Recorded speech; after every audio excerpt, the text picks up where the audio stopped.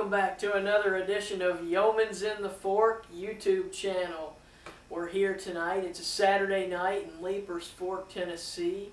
We're sitting with Leah Charter, the author, or the compiler, I should say, editor, sole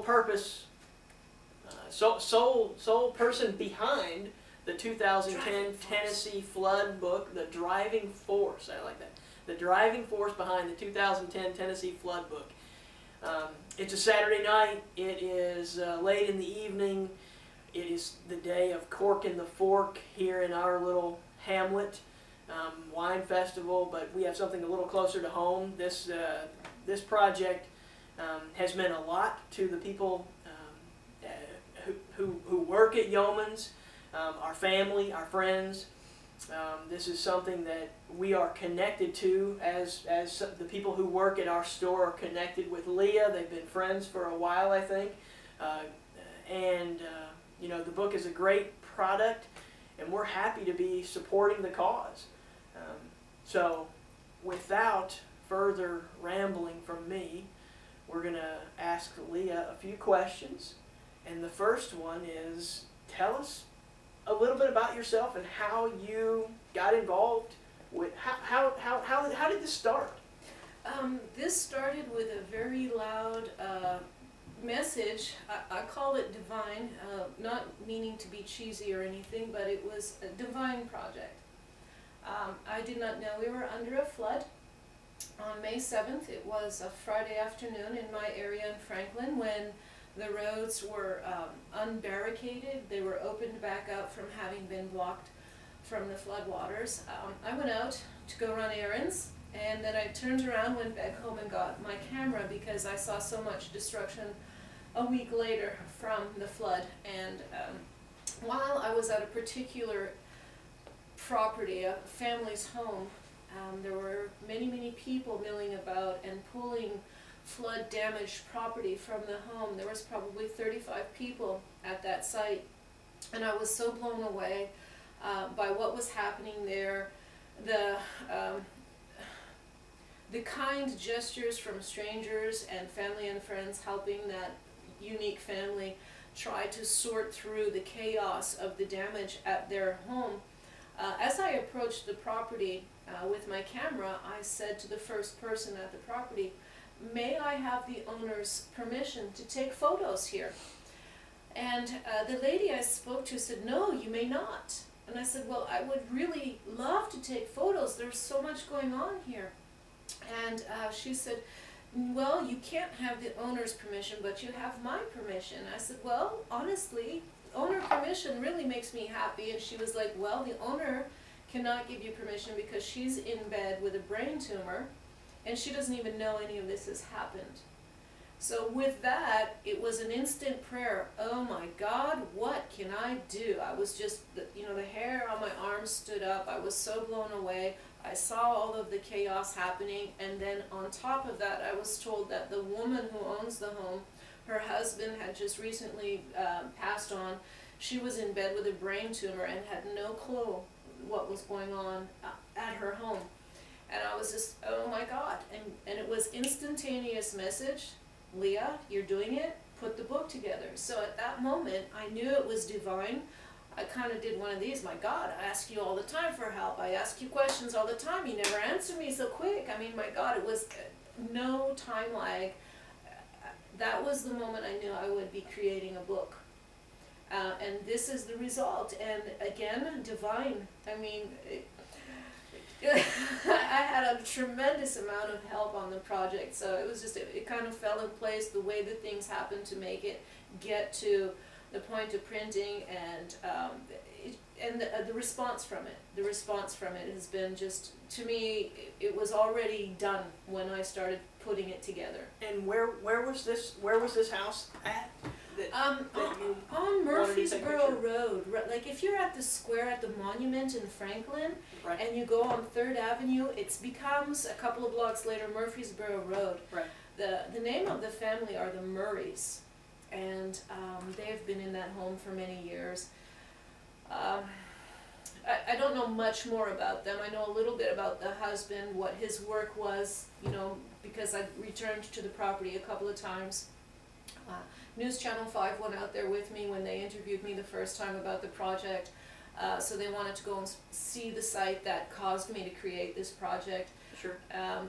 And really that's exactly how this project started. It was just that quick little brief question, my God, what can I do? And I didn't know at that time that I was going to get blasted with this, do this book thing, you know. And I see that, you know, are some of the pictures in the book, they're your pictures? I only have 13 pictures in the book. Where did the rest come from? 35 or 7 or 8 contributors. I decided that was May 7th. So on May 7th, I went home and that was the Saturday night? I believe it was the Friday. Wow. The Friday, the following Friday. Oh. It might have been this, I can't remember, I'm sorry. We would have to look at a calendar. But it was, No, I know it was the 7th. That's all I remember because I looked on my calendar when I sat at my desk because I had to learn to blog. And I had to learn to blog because I had to put a request for photo submissions to this project. And I did this. I'm not a great blogger yet. And I had to learn to Facebook. I had to ask my 12-year-old son. Do you have a do you have a Facebook page? Tennessee Flood 2010 has a Facebook page. There you go, with Tennessee Flood 2010 Facebook page. It does. This is the what do you call it? The profile photo. Sure. Yeah, it's this. There you go. It's not me. It's the project. Go out there and sign up, folks. It's a yeah, absolutely, absolutely. And just below the profile photo, there is the website address and the blogspot address. And the blog tells more details about my process, the progress I made, and where I was at different stages getting to this final project, this project. So you say there are 30-some additional people who contributed photos. Exactly, Many of them were professional photographers who were aware that we were having a flood and went out and, you know, stood in waist-deep water and took photos and from their vehicles, from their homes. Yes, and there's a couple FEMA photos, which are, you know, usable, allowed to be used by the public if they have the right photo credit, and there's only a couple of those.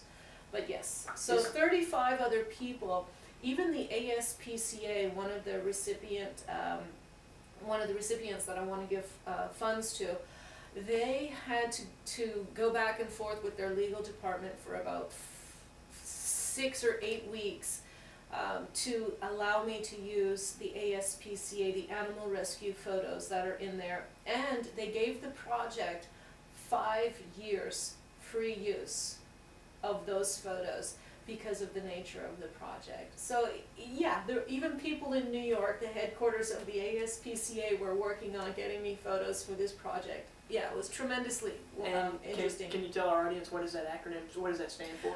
American Society for the Protection Against Cruelty to Animals. Great, a very worthy cause.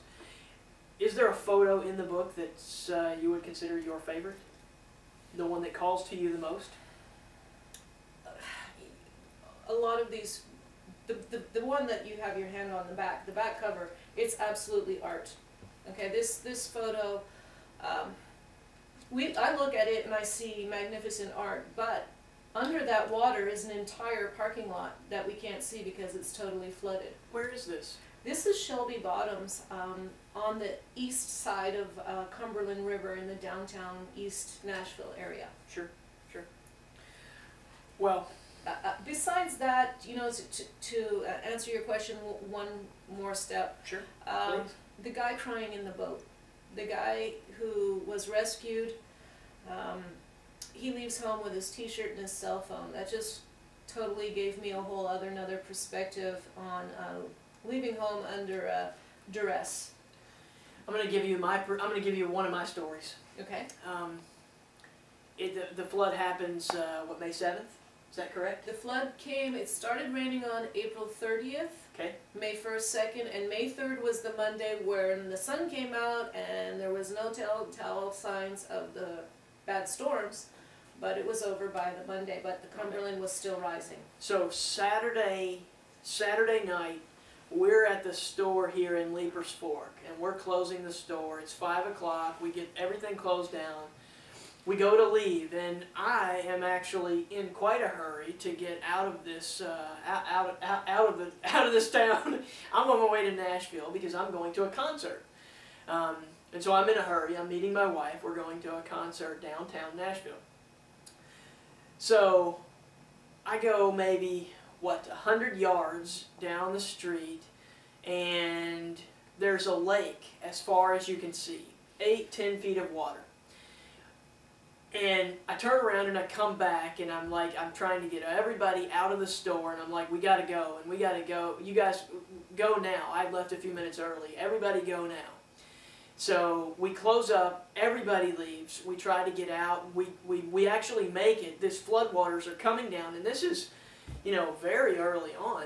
The floodwaters are coming down, and we're almost blocked in on this side trying to get out on the Natchez Trace, which will take you up to Nashville. That's the way we all finally made it out. Yeah, you couldn't get through that lake over there. We couldn't get through this over here. Cars floated away over there. Yeah, it was Guitar Fest weekend. We couldn't. It was incredibly horrible for a lot of people. So we made it out. Everybody made it out fine. I, having gone to the concert downtown, it was a Jimmy Buffett concert. Having gone to the concert downtown, you know, I'm kind of unaware of what's going on. I leave the concert. It's raining like crazy that night. So we get to the hotel, and we stay, you know, my wife and I stay downtown Nashville in the hotel. I get up the next morning, it's Sunday, and I'm going to come back to work to open up the shop.